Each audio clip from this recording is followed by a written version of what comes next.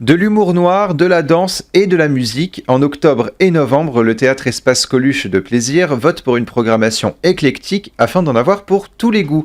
Pour en parler avec nous, je reçois aujourd'hui Florence Camoin, directrice du théâtre Espace Coluche de Plaisir. Bonjour et bienvenue sur Sensation. Bonjour. Alors le 3 octobre, une dizaine de musiciens se donnent le rythme pour interpréter des musiques classiques des 4 saisons d'Antonio Vivaldi, en passant par les 4 saisons de Buenos Aires d'Astor Piazzolla. Du classique pour débuter ce mois d'octobre, le concert s'appelle Vivaldi Piazzolla. Quelle est la particularité de ce concert ? La poésie, c'est un spectacle visuel aussi bien que musical. À regarder, à écouter, c'est assez rare. Ils sont tous debout sur scène, ils bougent, c'est un ballet. C'est aussi de la danse finalement. Et du cinéma au théâtre, il n'y a qu'un pas, des fois ça se rassemble même. Le 14 octobre, avec Kyle Eastwood en concert, un amoureux du 7e art et du jazz qui a réussi à combiner les deux. On écoute tout de suite un extrait de Taxi Driver et on en parle juste après.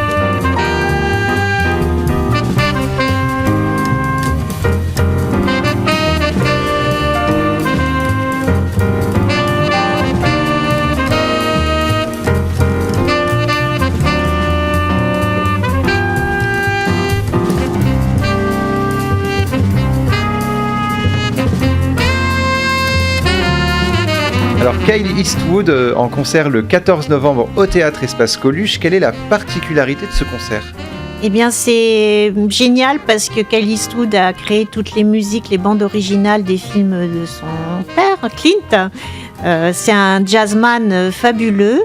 Moi, je l'ai déjà rencontré et là, je suis très fière parce qu'il a prévu de parler cinéma. Il est passionné de cinéma, bien entendu, mais il n'a pas voulu se contenter de revisiter les propres tubes des musiques des films de son père, comme Grand Torino, si vous l'écoutez, chanté par Hugh Goldman, qui sera présent sur scène, qui sera là au théâtre Coluche. C'est fabuleux d'écouter la chanson de Grand Torino. Et là, il revisite tous les grands succès du cinéma américain depuis les années 70 en donnant sa version très jazzy, même James Bond en version jazzy par Kyle Eastwood, c'est fantastique. Alors après la religion et la guerre, Jérémy Ferrari s'attaque à la santé avec son nouveau spectacle Anesthésie Générale le 4 novembre. On écoute la bande-annonce et on va en parler juste après.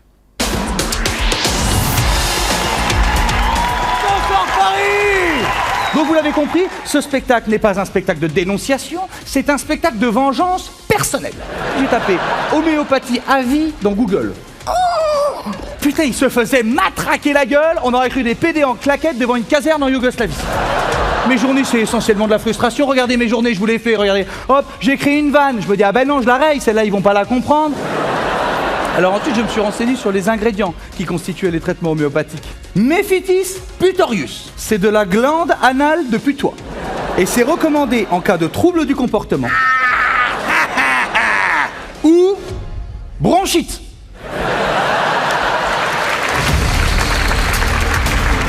Alors on ne présente plus Jérémy Ferrari qui est réputé pour son humour noir, parfois dérangeant mais bien souvent très apprécié par les spectateurs.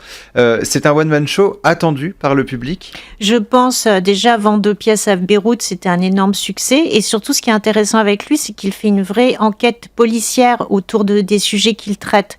Donc là on est encore une fois au théâtre Coluche totalement dans l'actualité puisqu'on va parler de la santé, des laboratoires pharmaceutiques, de la fabrication des médicaments, évidemment, ce sont des sujets qui m'interpellent énormément. Donc derrière, en plus, cet humour noir, cette provocation, vous allez en savoir beaucoup, beaucoup sur ce qui se passe dans la réalité.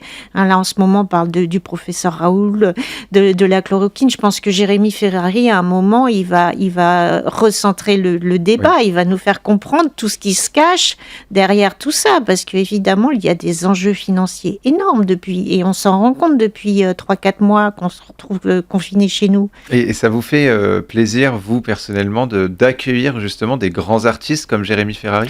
Moi, je l'aime énormément. Il dit... en fait, il fait partie de ces gens qui osent la ramener et qui mettent le doigt là où ça fait mal. Moi, j'adore. Alors, après cet intermède humoristique, on se dirige vers une pièce de théâtre jeune public, accessible à partir de 4 ans, label L'Espoir du Prince de mots tordus, c'est difficile à dire, en représentation le 10 novembre. De quoi parle ce spectacle ? C'est un énorme classique de la littérature enfantine. C'est l'histoire d'un prince qui a du mal à recoller ses syllabes. Donc, il inverse les mots et là, il va rencontrer la princesse charmante qui est une sorte qui est l'institutrice en fait, qui est l'institutrice charmante, et il va tomber fou amoureux de l'institutrice qui va avoir beaucoup de fils à retordre avec lui pour remettre les syllabes à l'endroit.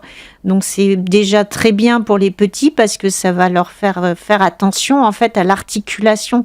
Or moi j'ai appris quand j'étais petite, j'ai appris l'alphabet, j'ai appris à lire avec la fameuse méthode globale. Et un beau jour, ma maman, s'apercevant que ça marchait pas, et elle m'a appris l'ABC et les syllabes, quoi, la méthode vraiment à l'ancienne. Et là, j'ai su lire tout de suite. Et mes enfants, ça a été pareil. J'ai fini par leur apprendre à lire et d'ailleurs, l'éducation nationale revient à ça. Donc, ce texte-là, il est fondateur finalement.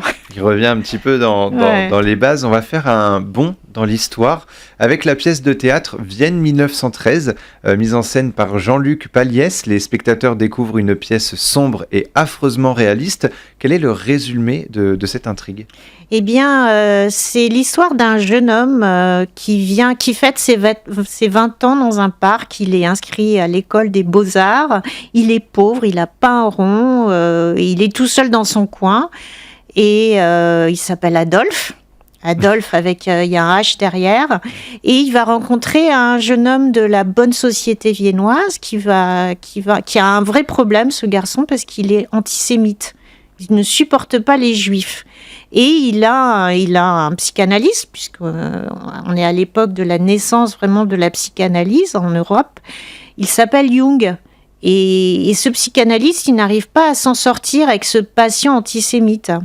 Et du coup, il a une idée, il dit, je vais l'envoyer voir à un collègue à moi qui s'appelle Freud, qui est un psychanalyste juif. Et il se dit que lui, peut-être, il pourra comprendre pourquoi ce jeune homme, qui a aussi un énorme problème avec sa maman, est antisémite. Et ce jeune homme devient ami avec le fameux Adolphe il va un peu le trimballer dans toute la bonne société. Il va lui faire rencontrer des grands peintres comme Klimt. Il va vraiment lui faire rencontrer tout ce beau monde. Il y a même à un moment une scène entre Freud et Adolphe qui est vraiment assez inénarrable, puisque Freud va analyser un dessin du fameux Adolphe qu'il a fait. Et là, ça va pas bien se passer en fait. C'est un beau programme qui se profile.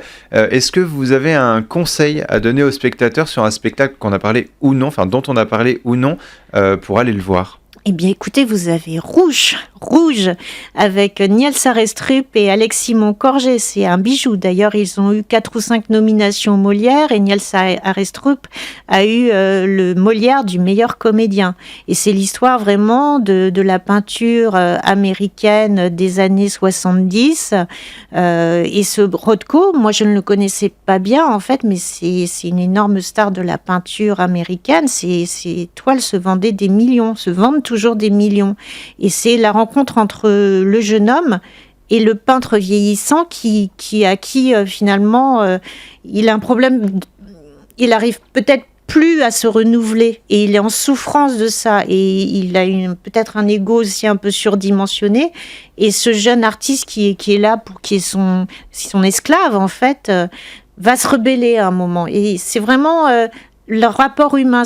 pas du tout un spectacle intellectuel, c'est vraiment la rencontre entre deux êtres, le jeune et le plus ancien, et comment la passation se fait ou pas. On espère qu'il y aura du monde. Merci beaucoup Florence Camoin d'avoir été avec nous. On peut retrouver toutes les informations sur votre site techtec-plaisir.fr, et pour revoir ou réécouter cette émission, rendez-vous sur notre site et application Radio Sensation.